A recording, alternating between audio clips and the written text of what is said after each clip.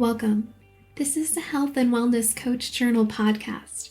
I'm your host, Dr. Jessica Singh, the founder and CEO of the Center for Health and Wellness Coaches. This is a podcast for coaches to explore topics related to health, wellness, and coaching, sharing knowledge and sharing light.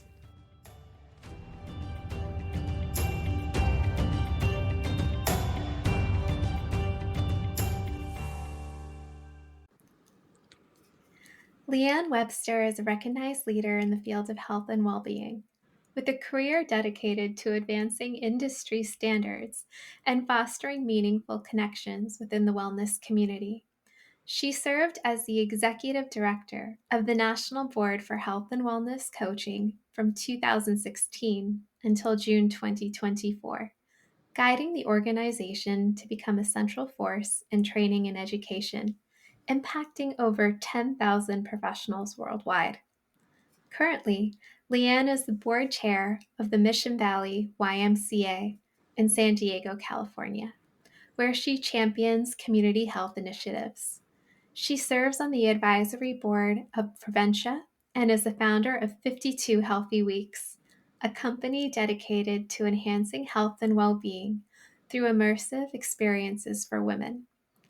As a national board certified health and wellness coach, certified personal trainer, sport nutrition specialist, and DPP lifestyle coach, Leigh-Ann's expertise and contributions have made her a sought-after speaker at health and wellness conferences, seminars, and podcasts.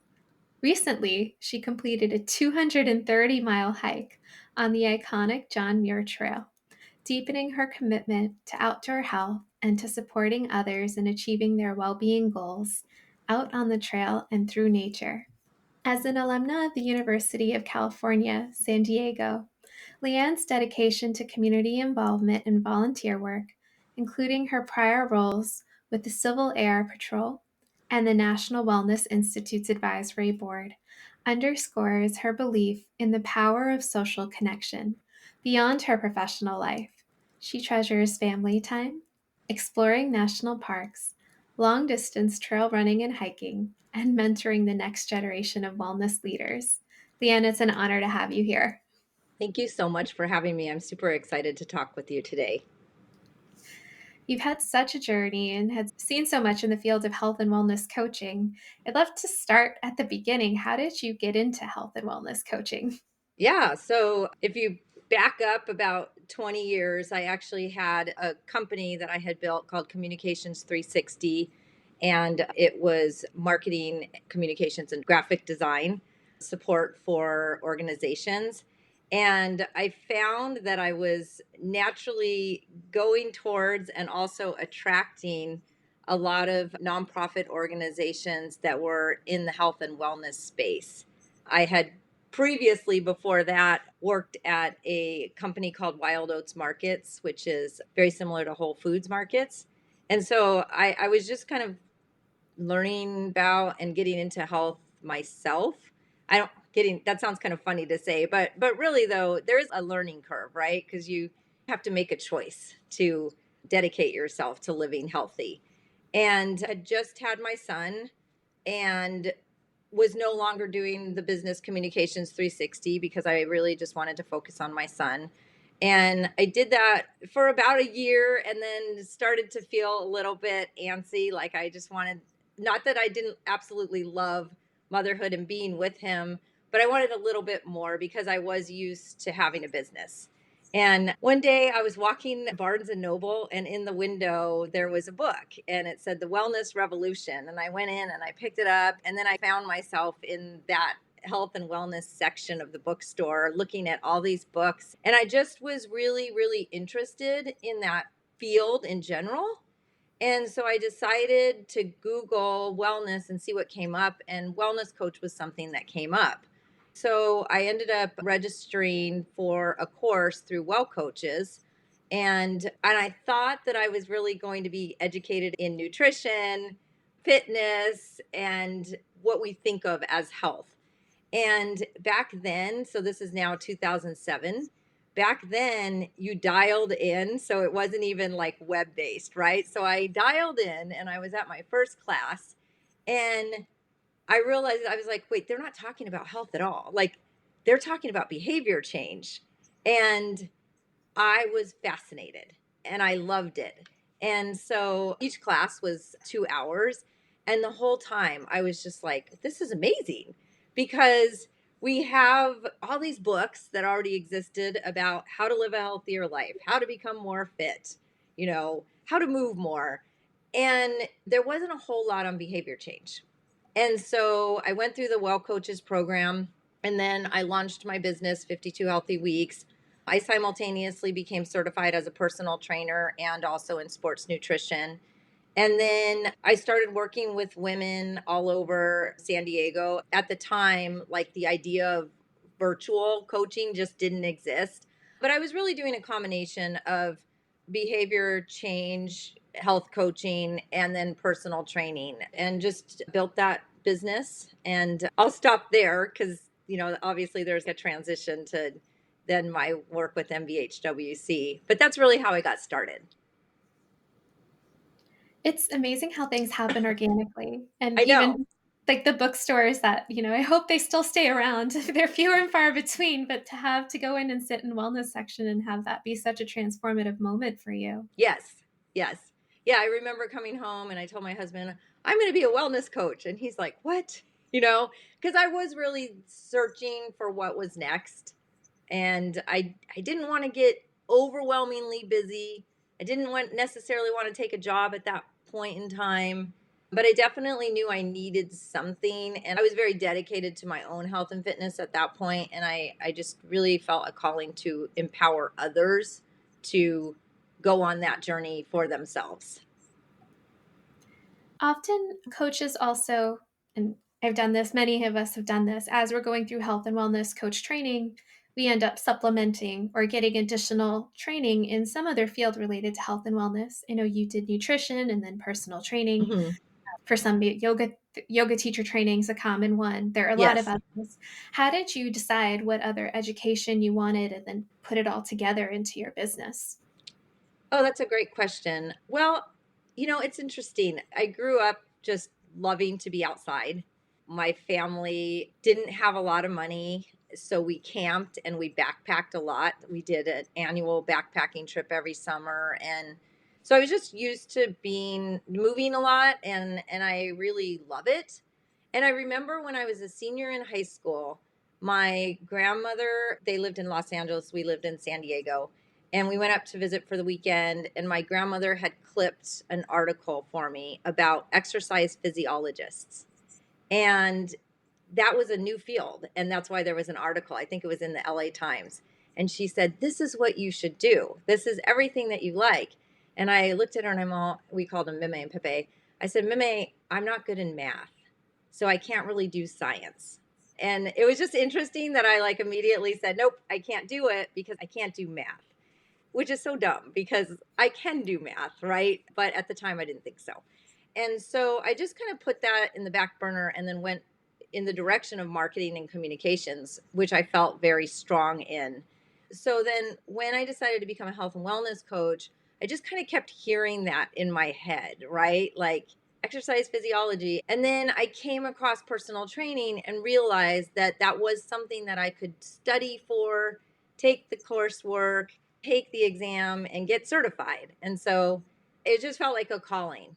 And it was just a good way to incorporate my love for behavior change with also my love for being outside and doing things, but also getting other people to do it. So you found a way to align what you were interested in a way to serve and also make the world healthier. Exactly. Yes. I remember this one time I would have these fitness classes, and almost like a pop up fitness class. I would do them consistently in our backyard. At the time, we had a couple acres, and it was a great property for doing that. But then one time I decided to hold one in Balboa Park, which anyone who's been to San Diego is familiar with Balboa Park.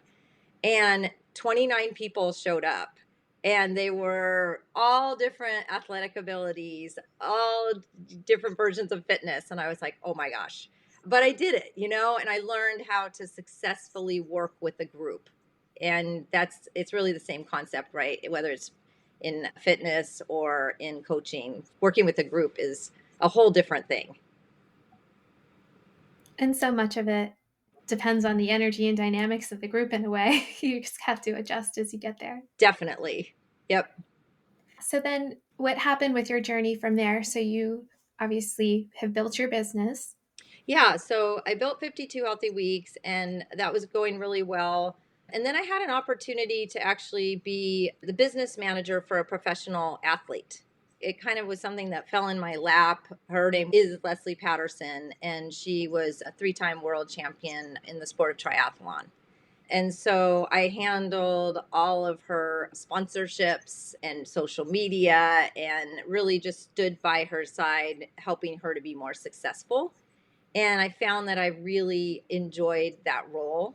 But there came a time when her husband was actually at medical school and he wanted to leave that position. And it was just a good opportunity for him and her to work together and for me to step out. And so I stepped out and then continued with 52 Healthy Weeks and then saw this position open for the National Board for Health and Wellness Coaching. At the time, that it was a very different name. It was the National Consortium for the Credentialing of Health and Wellness Coaches. And someone from Well Coaches, actually, Erica Jackson, for any coaches out there, they probably know Erica. She reached out and encouraged me to apply for the role. So I did. May I ask about how long ago was this? That was in 2015. And I know obviously, so since then there's been quite a lot of a lot of action taken, Yes. changes in the process of certification. Would you share a little bit about that journey?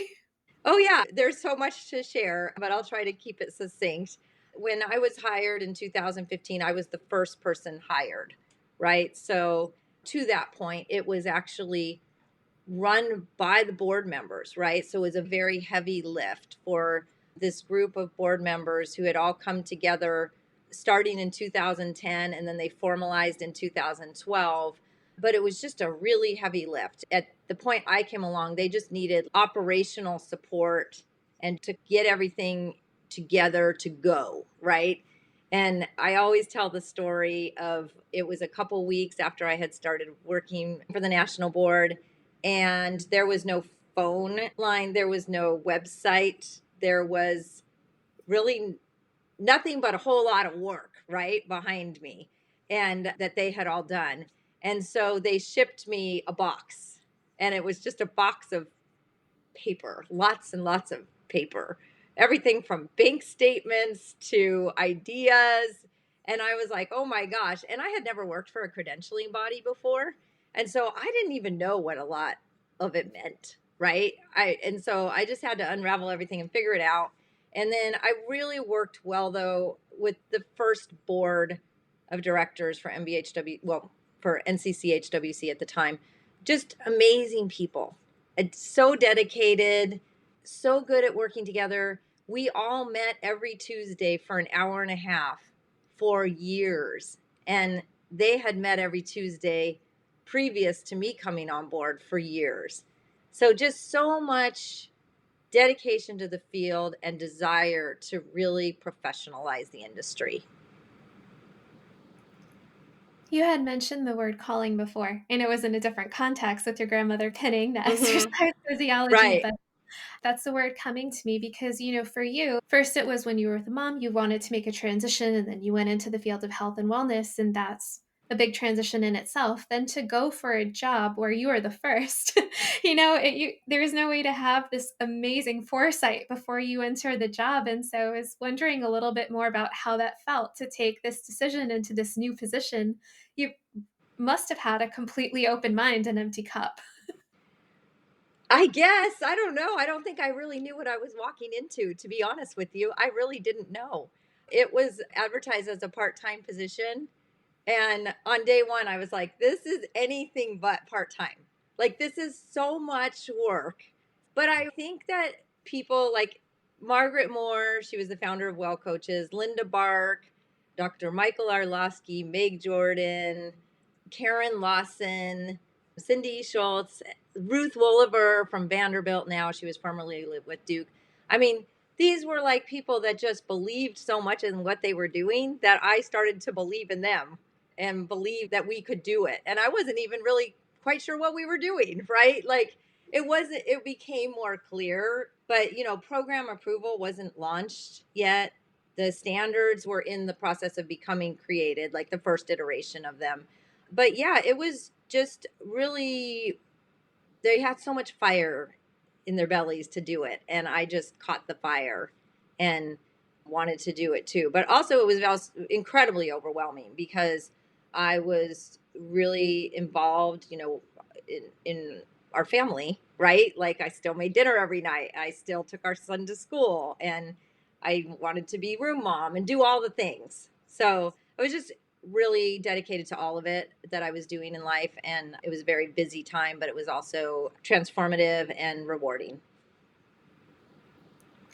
And the biggest feat was probably like climbing a mountain. I can't even imagine was, when I was even just thinking about which kind of coach credentialing to get, because there are so many options to choose So, from. mhm, I was like, well, is this one really offered in collaboration with the National Board for Medical Examiners? Because right, that's where everyone gets, as physicians, that's where we get our licenses right, from. right, So it's like, even if I do another one, I have to do this one because right. if I'm going to do this, because it's through the NBME. And so that vision to have that partnership with the NBME as a way of getting health and wellness coaching more integrated into our healthcare system in general.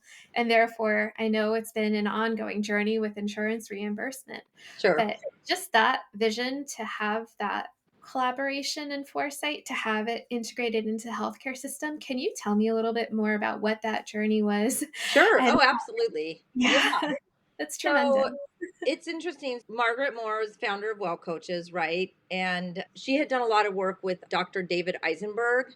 He was the founder of Healthy Kitchens, Healthy Lives.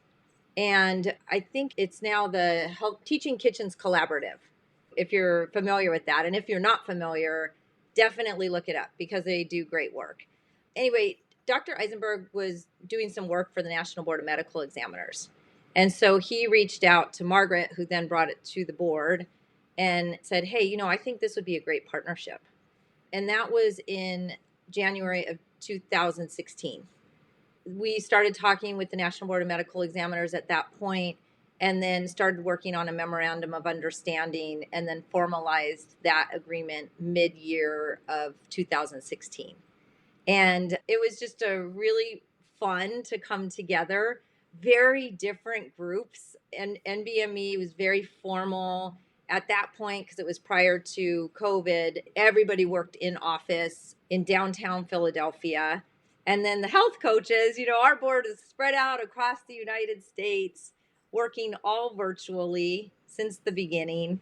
A good way for me to describe it would be just a bit more earthy, right? Like more earthy. And it was just really almost comical the first time we came together and went to MBME, and it was very formal, right? Everyone's wearing suits, men and women.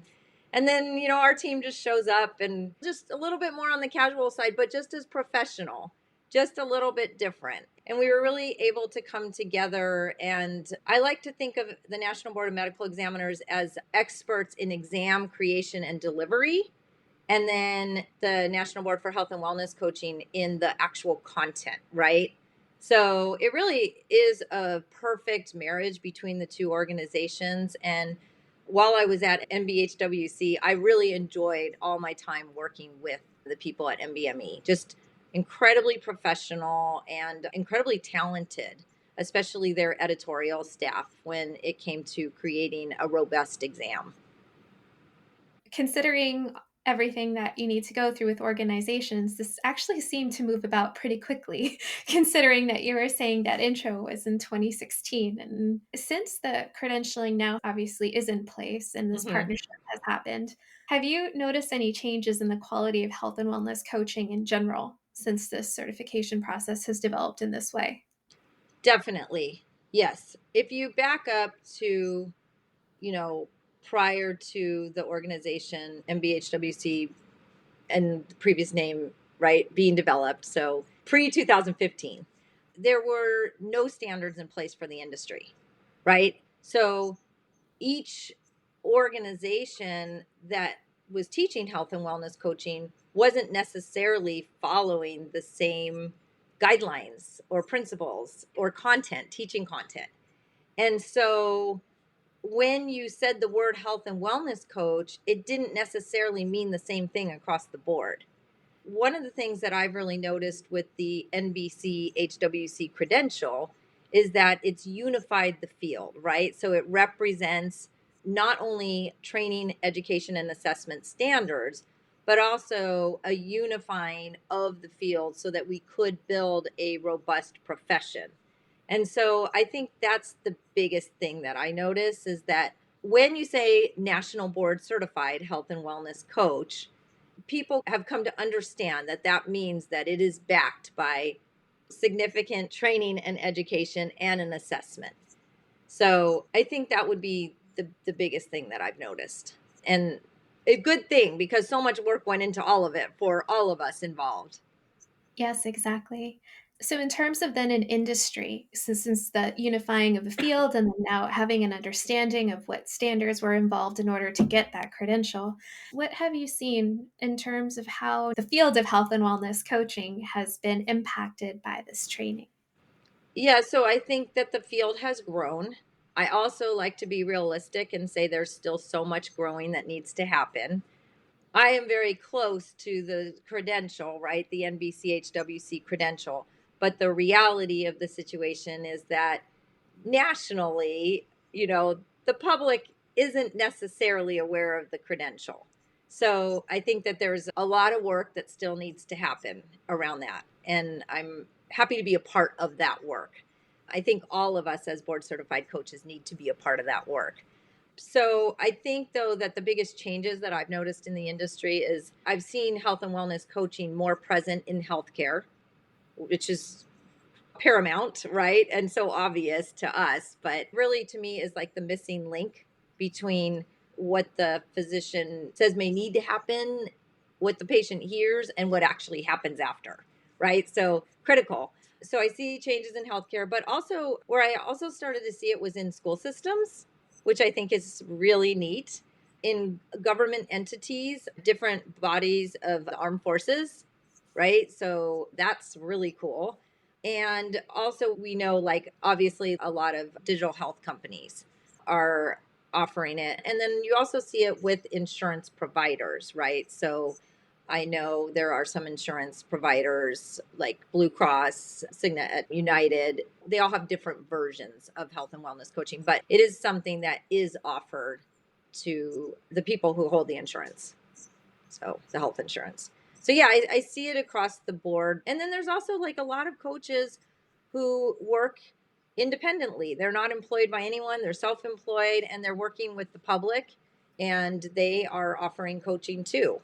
So I see it everywhere, but I don't want to act like the work is done. I think the work has really just begun and there's just so much more awareness that needs to be created about the profession itself and the standards that back up the profession. Raising awareness and education, I feel like, are always two of the biggest pieces and also biggest challenges of any public health endeavor. Because even just like all chronic disease, there's so many things that if their education and infrastructure was there for that, a lot of these things, it's difficult. So those are two wonderful pieces to raise aware of. And like you said, it's so important for all of us, anyone who's certified, to play a role in that. Yeah, and it's a lot of money, right? So a national campaign, which we have not had, would take a lot of money. And that's why if that ever happens, and I don't necessarily know what organization will do it, but until or if that happens, we as coaches can definitely be doing our own work to create more awareness. And also, yes, to create more awareness so we can help ethically bridge in those gaps. And then also for our own professional development as well. Right, Because I know even exactly. though the NBHWC has done so much, there, like you said, there's still so much work to be done. Yep, yep. And unless you're involved in a credentialed or licensed profession, a lot of people don't really stop to think about what it takes to get to that role or to earn that credential and what credentialing really means. And so, because I know there's a lot of coaches that are listening, I always encourage people, if you want to learn more about the value of credentialing and the value of standards, and you can turn that into your own articles and your own work. I feel like the Institute for Credentialing Excellence, I feel like there's a lot of good resources on that website. And one of the messages is really that credentials do matter, right? Can't just say, you know, I deem myself this and then start doing it. Like education is really important to be able to do a good job with behavior change.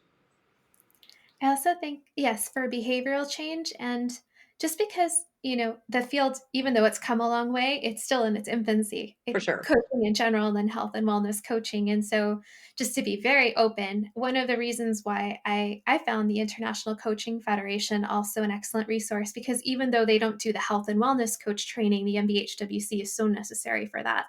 They have their terms of credentialing standards and more longevity in terms of Right. professional development has brought out a different aspect of, desire to learn and all of those things than simply a recertification would, which I'm very grateful for the NBHWC to have those recertification Yes. standards.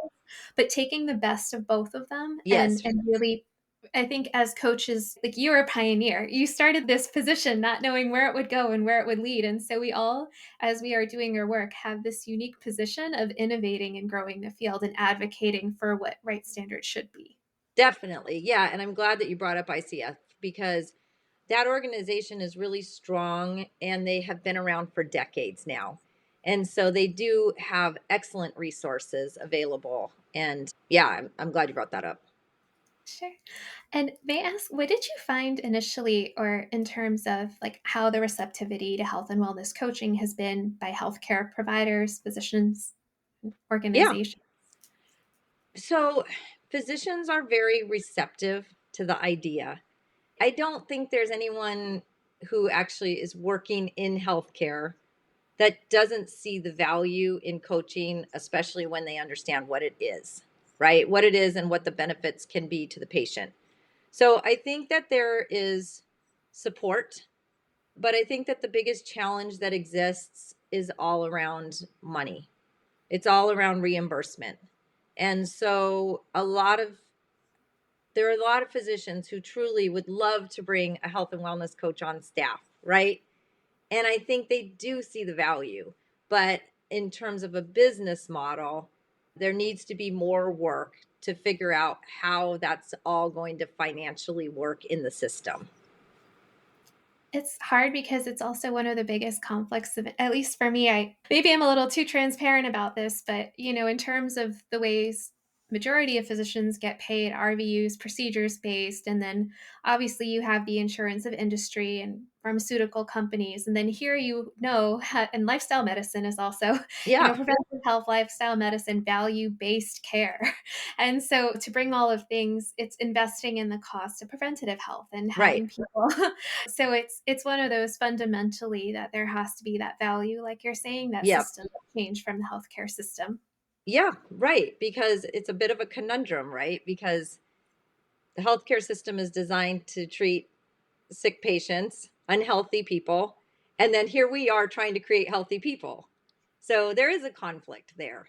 And I think about it a lot. And I actually am not sure of the solution other than, if people just, and it's hard, right? Because we all need to make a living. But then sometimes I go back to if you do things with your heart and with your morals and ethics, then everything will work out. But I also understand that that's incredibly idealistic. And so it's just this constant battle that I have internally too, where I try to think, how are we going to actually integrate this in a way that will work? I I have that same mental debate. There's so much, obviously, with disease burden that's Right. lifestyle based and industry and food based. And even if you took that all away, there'd still be plenty of people with sickness and needing emergency care and doctors. And Yes. just the shortage and the resources, it would just make for an overall more human, like you said, when you go with the heart. Yes. But Yes. yeah. And so I agree, but it's an interesting conundrum, especially when you try to bring this coaching and these initiatives into healthcare organization. So I was very grateful to get trained by the Radical Remission Project for coaching. Have you ever read Dr. Kelly Turner's book, Radical Remission? No, and I wanted to actually ask you where you received your training. I wasn't sure. Oh, so I did my initial one through Wisdom of the Whole, but I'm actually doing NYU's executive coaching certificate now. It's a level 2 ICF program. Very cool. And yeah, I along the way, I found myself in the radical remission coach training, and Dr. Turner did her whole PhD thesis on these people who had spontaneously had remission from cancer. I'm going to write that down. Yeah.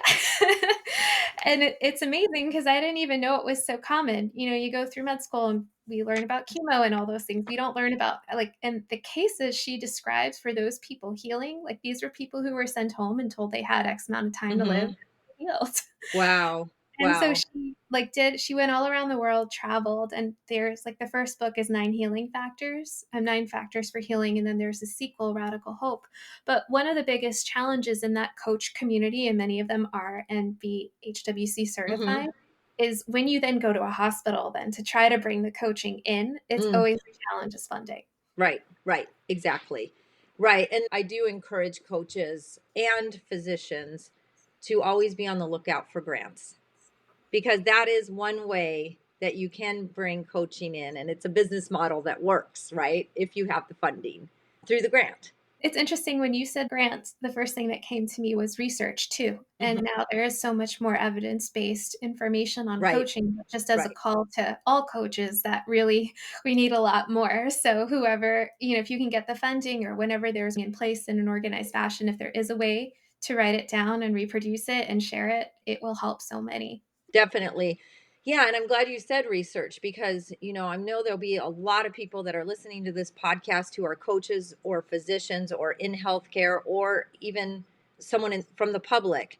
And they may be interested in learning more about the efficacy and the research in health and wellness coaching. So I always encourage people to Google the Compendium for Health and Wellness Coaching Literature. I know that there is another iteration that's being worked on. I haven't seen it be released yet, but I would anticipate that will be released in 2025. But in the meantime, there are two iterations of that compendium, and it is just full of the evidence base that people want to see. So I would definitely encourage people to look for that. Thank you for sharing that resource. Hmm. Because we had talked about public health and advancing the fields, especially with current events, natural disasters. So, in terms of disaster relief, have you seen a lot of coaching being done in that area? I don't know if I would say a lot, but I do know that it does exist. I know the Red Cross in Colorado, we were at an event mutually in Wyoming last summer. Actually, it was really cool. It's a program started by Dr. Julie Elledge, who's out of Wyoming, and the governor of Wyoming fully supports this program. It's veterans talking to veterans. So it's veterans who go through a health and wellness coach training program, and then they work with other veterans to help them live healthier lives. And so we were at an event together, and I was talking with the Red Cross, and they were saying that they're starting to bring health and wellness coaching into their programs. So it's definitely a conversation I want to have again and in more depth. And I want to take a look and see what other disaster relief organizations are bringing coaching in. And if they're not, they definitely should be, right? Because even if you look at all of the victims of the fires that just took place in LA, I really feel like just having someone to talk to about your own health and well-being during this time is so valuable. And I live in San Diego, so I keep feeling like this calling to figure that out myself. So how I can help by bringing coaching in.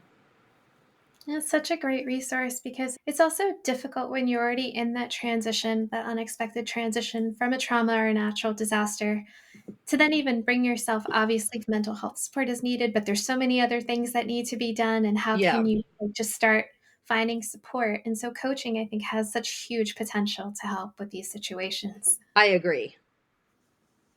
And then one of the things I really appreciated too about the updated NBHWC competencies was the addition of trauma Mhm. Right. into health and wellness coaching curriculum, because that Yep. comes up for everybody, Right. almost everyone. Exactly. Exactly. Yes. Yes. Yeah, Yeah. it's good to see that that was released, and I know that there are a few organizations that are doing deeper dives into that new content outline for any coaches who want to be more in a group setting to go over all the different updates. Exactly. It's interesting just to bring this conversation into a full circle. It started off with a life transition, and you talked about being a new mom and then seeing the Barnes and Noble. So now coming back to full circle, because I know you had just transitioned roles last June, and that transition culminated in you going onto the John Muir Trail. How was that journey? Yeah, and it's interesting that you talk about transitions because I'm not only transitioning out of that role with NBHWC, but now my son is a sophomore in college, right? So I'm like redefining that too and what motherhood looks like. And I was so involved in just helping him get to where he is today. And I will say I'm proud of him because he is a Air Force ROTC cadet at the University of Southern California. So I just think that's awesome that he's doing that. He's definitely the kid that likes to help people. So I think it's really going to be good for him, the journey that he's on. So yeah, so I'm kind of redefining everything. And last March, I really started to just feel like it was time for a change. It wasn't just time for a change for me. I felt like it was time for a change for NBHWC too. Because I think my strengths are in building community and establishing rapport and connecting people. And that was really what needed to happen to get NBHWC to where it is today. But now it's a different kind of a person and skill set that's needed, right? And I was really starting to feel like I was no longer that person that was really going to take the organization to the next level. So it was a culmination of that. And then my son had actually obtained very hard to get permits to hike the John Muir Trail last summer. And I knew that all the prep work and the training and the actual doing was going to take about a month. And it was just not really possible to do the job at NBHWC and go on that. And so I really had to just make a decision. And I decided that I wanted to hike that trail. So we started on July 10th. And it was my husband, myself, our son Caden, and then two of his friends who are also 19, Emery and Joe. And we started in Yosemite Valley. And we had backpacks ranging in weight. Mine was 30 pounds, and then the boys, their packs were like 60 pounds, but that's because they chose to carry jars of peanut butter. And we were like, you do not carry your food in jars on the John Muir Trail, but you're also 19, so do what you want, and we will not help you. So we started on that day, July 10th. It was like 90 degrees. It was during that big, huge heat wave. And I thought, I have no idea how I am ever going to get to the top of Mount Whitney from here, other than like, I just told myself every day, it's just walking, just walk. So we did. We backpacked the whole thing. It took us 19 days, 18 nights. It was really hard. It was over 45,000 feet of elevation gain. And it was also July of last year, very tumultuous time in the United States. And we were not part of that, right? So we were out on the trail. And we were out on the trail with the most generous, loving people that you've ever met in your life. Probably all coming from different walks of life, different political views, different life experiences, and it didn't matter. Like once you get on the trail, everybody stops to talk to each other. Everybody helps. If somebody needs more food, you give it to them. If you don't have enough food, like there was one point where I was like, I don't know how we're going to make this because I'm starving. And this girl literally opened her backpack and was, here, take this, take this, take this. And I was like, are you sure? And she said, yes, it's too much for me. I don't want to carry the weight. And I'm like, I need the calories. I'll carry the weight. So anyway, we just saw the best of humanity over that 230 miles. It was amazing. And there was one point we were on day 17 and we're walking, and I'm just thinking, my God, this is so hard and also so amazing. And this guy is coming towards us. So we're going southbound and he's coming northbound. And I'm thinking, this man, like, I can't believe he's doing this. He's old and he's doing this and he's at the beginning. And so we stopped to talk, and it was so cool because he was 83 years old and he was going to do the entire length of the trail. And this was his fifth time. And it was his first time going from the south to the north. So he started at the Mount Whitney area and was going to end in Yosemite. And we just stopped and talked to him for like 20 minutes about his life. And you just don't get that chance in society to always do that. So we met amazing people along the way, and it really was the best thing I ever did. 83 years young. Yeah, Goodness, what to aspire to. That's I know. amazing. We met so many people with so many different stories and so many reasons why they were there. And we really did see the best of humanity. And I say that because I know right now things are it's tumultuous in the United States. But if you can just get yourself outside on a trail in an environment like that, you will find that people are good. And that was, I mean, that if I can deliver any message, like that would be it. People are good. You just have to get them out there talking to each other, and you can find common ground and ways to help each other. Thank you. That's such an inspiring message for anyone listening. Good. Yeah. Thanks. So, just as then to close, for coaches or healthcare providers listening to this, what would your takeaway be from this conversation? I know we went to many places, so I'll leave it open to you. Find a way. That would be my message. Find a way. If you are a coach and you want to work with more people and you really believe in what you're doing and you believe that this is the missing link to not just improved health, but also improved life satisfaction, right? And more connection, less loneliness. Find a way. There are grants, there are people. Just keep trying. And on the healthcare side, I would say the same thing. I know it's hard, and I know that it's medicine is not always, you think you're getting into something when you go to medical school and you become a physician. And I believe that most physicians are good, right? And they want to make change. And I would just say, just talk to people and try to find a way. And I think if we all just don't give up and we just keep trying different things, eventually we'll, when we say we're going to get there, I don't know where there is, but I know that every step forward, momentum is good and momentum leads to change. So that would be what I would say. Find a way. And from speaking with you, my takeaway is follow your heart. I love that. Yeah. Oh, that's tough to do sometimes, but yeah, just keep doing it. Thank you for modeling that. Oh, Yes, just to thank follow you. your heart. Yeah. Thank you. Thanks for having me. Thank you so much, Leigh-Ann. Thank you for listening. I appreciate you and value your feedback, so please subscribe and write a constructive review. If you'd like to be informed of new episodes and offerings and resources for coaches, sign up for our email list at www.centerforhealthandwellnesscoaches.com. Sending you warmth and light.